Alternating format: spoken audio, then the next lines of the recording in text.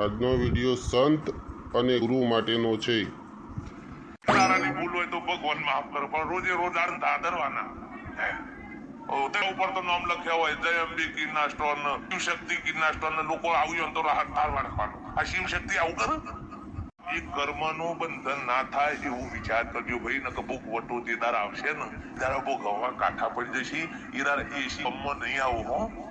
ગુરુબેન જ્ઞાન ના ઉભી ચાહીને હું આવું બાપા. હવે આ ગણપતિ બાપી લોબી સમજણ જેના એવા કોન્ફિડ જેનું મોટું બાપ વિશાળજીને સમુદ્ર જેવું બાપ ગમે તેવું તો ગ્રહણ કરી લે, સમાવેશ કરી લે. આ એક જ્ઞાનનું પ્રતીક મૂકી તું બાપ. એટલે જેનામાં સદગુણોની સ્થાપના થાય. આપણા પ્રસંગ હોય તો આપણે બધા નહીં કહેતા કે ભાઈ જો આપણા પ્રસંગ છે, કોઈ બોલી જાય, કોઈ કશું કહી જાય તો સહન લેજો ભાઈ. કશું હોવું બોલતા નહીં, પ્રસંગ કાઢતા નહીં. બસ આવી જેનામાં સદગુણોની સ્થાપના થઈ ગઈ એ નિર્વિઘ્ને પ્રસંગનો પૂર્ણ. અને હું કઉ છું કે ગણપતિ તમારા કુટુંબ વાળા હકના બેહાડજો એટલે ગણપતિ બેહાડે. કુટુંબ માંથી એક આડો ગણપતિ ફાટ્યો ને તો તમારા 10 બે હારેલા નકામાં પહોંચી. આ લખી રાખવા.